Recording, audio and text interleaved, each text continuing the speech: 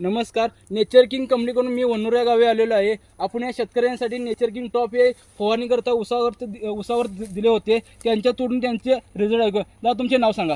माझे नाव सर्जेराव शामराव जाधव. ही 4 दिवसापूर्वी मी nature king top हे उसावरती फवारणी केलेली होती. याचा तुम्ही रिझल्ट जर बघितला तर उसाची काळुकी चांगल्या प्रकारे येते. उसाची जी पांढरी शीर आहे, जी जाडी त्याची वाढते. तसेच उसाची काळुकी आणि उंची ही चांगल्या प्रकारे वाढलेली आहे.